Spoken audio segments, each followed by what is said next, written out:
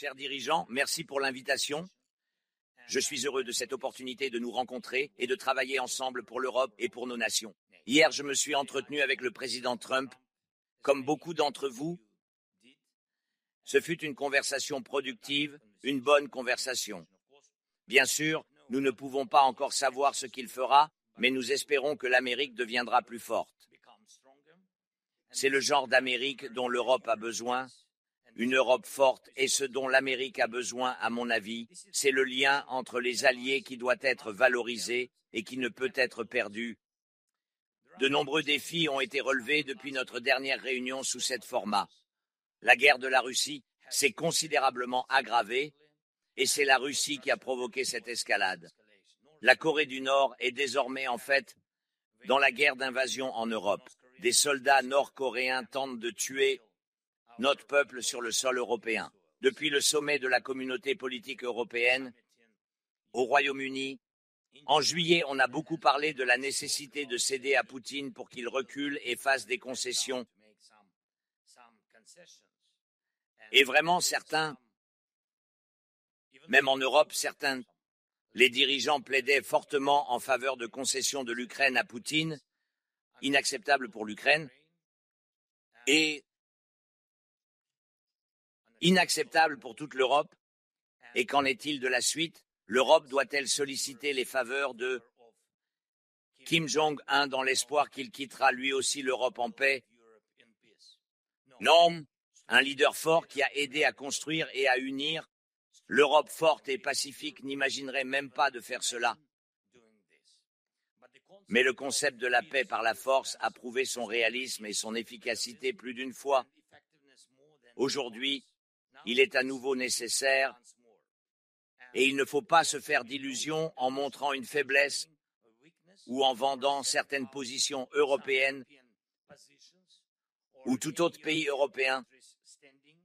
On peut acheter la paix, tout simplement. Cela ne fonctionne tout simplement pas de cette façon. Si la récompense n'est accordée qu'au plus fort, il n'y a donc pas d'alternative. Pour une Europe forte, l'unité est bien sûr essentielle pour la force. La Russie a déclenché cette guerre non pas parce qu'elle avait besoin de plus de territoire, bien sûr que non. La Russie possède plus de terres que n'importe qui d'autre. Il voulait un pouvoir mondial, en commençant par le contrôle de l'Ukraine, puis de vous tous, comme il l'était autrefois sous le régime soviétique ou impérial. Budapest se souvient de ce à quoi ressemblaient les chars soviétiques. Les citoyens ukrainiens n'oublieront pas les bombes russes. Et comme Budapest, toutes les villes d'Ukraine et tous nos pays méritent la sécurité et la paix. Tout d'abord, je vous remercie tous pour votre soutien à l'Ukraine et à notre peuple, et nous nous défendons. Pas contre les guerres russes, mais contre les attaques russes. Nous avons donc besoin de suffisamment d'armes, pas de soutien aux pourparlers. Les accolades avec Poutine ne serviront à rien. Certains dirigeants le serrent dans leurs bras depuis 20 ans et les choses ne font qu'empirer. Il ne pense qu'aux guerres et il ne changera pas. Seule la pression peut lui imposer des limites. Deuxièmement, nous avons mis en place un système diplomatique clair, capable de pousser la Russie vers une paix juste. La plupart des nations ici présentes ont participé à cet effort de diplomatie efficace. Les conférences thématiques ont déjà couvrent tous les points de la formule de paix, la sécurité nucléaire, la sécurité alimentaire, l'énergie, le retour des prisonniers, des personnes déportées, des enfants déportés de l'Ukraine et la pleine application du droit international, et bien plus encore. Nous devons pousser la Russie dans cette voie et une paix juste sera une victoire partagée. L'Ukraine a donc été la première à proposer de modifier notre stratégie commune pour parvenir rapidement à une paix juste.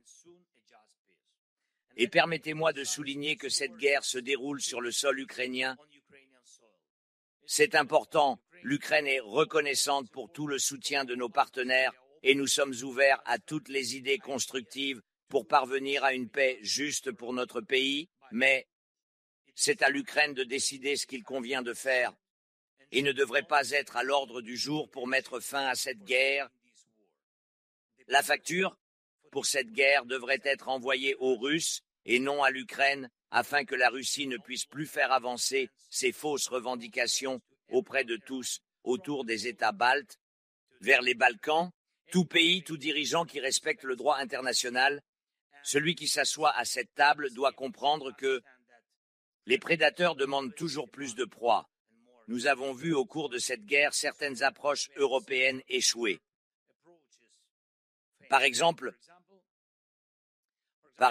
plus un pays est proche de la Russie, plus le concept de neutralité s'affaiblit. L'adhésion rapide de la Finlande et de la Suède à l'OTAN a montré que les dirigeants de l'Europe et de l'Alliance envisageaient réellement de garantir la sécurité, non pas par des guerres, mais par l'OTAN. L'Ukraine en a pris note. Quatrièmement, les actifs russes. Je tiens à remercier tous les dirigeants qui défendent le droit de l'Ukraine à utiliser des fonds provenant d'actifs russes pour se protéger contre l'agression russe. L'État russe n'accorde aucune valeur aux personnes ni à la morale. Il n'accorde de valeur qu'à l'argent. C'est pourquoi le fait que les actifs russes travaillent pour l'Ukraine est aussi une leçon pour eux. Pour ainsi dire, il s'agit d'argent ukrainien. C'est en Ukraine que les forces russes ont détruit des centaines de villes, nos villages. Des millions de personnes ont perdu leur maison. Cela nécessite des fonds.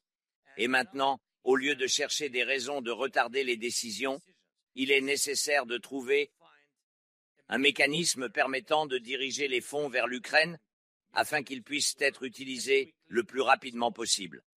Cinquièmement, les fonds de guerre de Poutine. Nous savons tous que la Russie tire encore suffisamment de bénéfices de la vente de pétrole pour poursuivre sa guerre, et la Russie continue d'échapper aux sanctions et d'acheter des drones et des composants de missiles dans le monde entier. La Russie a toujours la capacité de propager l'instabilité et interférer dans les nations qui vivent dans des endroits comme Sahel, Afrique du Nord, Moyen-Orient, dans d'autres pays comme le Yémen. Pourquoi Poutine fait-il cela? Nous avons besoin d'un moyen de pression sur lui, toute l'Europe en a besoin, et ensemble, bien sûr, nous pouvons non seulement arrêter la guerre de la Russie contre l'Ukraine, mais aussi répondre à d'autres défis. C'est possible pour nous, c'est possible pour l'Europe, pas pour un seul dirigeant. Et s'il vous plaît, soyez solidaires dans la défense des intérêts communs de nos nations, et nous devons également travailler avec nos alliés pour nos intérêts communs. Merci encore pour invitation, Monsieur le Premier ministre. Merci pour attention. Merci pour votre soutien. Gloire à l'Ukraine.